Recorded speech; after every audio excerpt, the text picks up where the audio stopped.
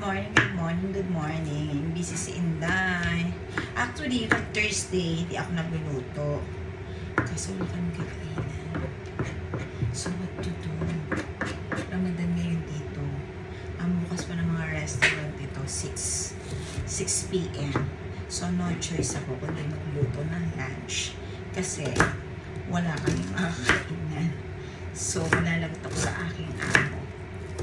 Aking among tunay. Ibig sabihin, among peke pala ako. May among tunay. Yung mamaya, yung darating.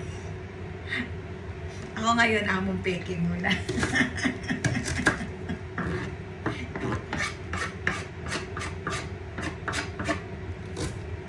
Diba? So, ba't ba? Ito, kalaglag kayo dyan. So, guys, dapat ano ko ngayon eh. Lapwat siya eh. Kasi nga, pag Thursday free ako, hindi ako nagluluto. Yun nga, sabi ko nga, wala kami makakainan. Sarado lahat ng resto. Hotdog!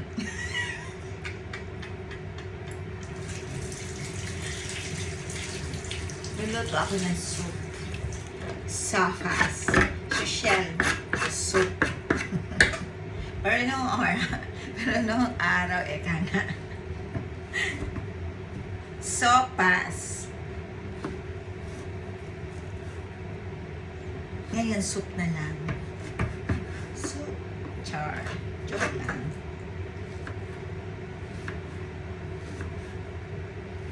Kasi noong araw, naiulam to. Eh, hindi na. Ginagawa na lang soup. Nag-upgrade na. Hindi ba? Naiulam pa rin. Pero hindi sila hindi. Actually, hindi nga siya mahilig dito. Pipilitin ko lang. Kasi nagkikrave ako. Kasi nga, diba, sabi ko nga sa'yo, nung araw kami, lagi nagsasopas yung nanay ko.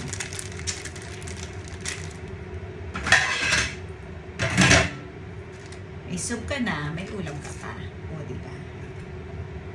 Noong araw. Pero ngayon, syempre, kahit pa paano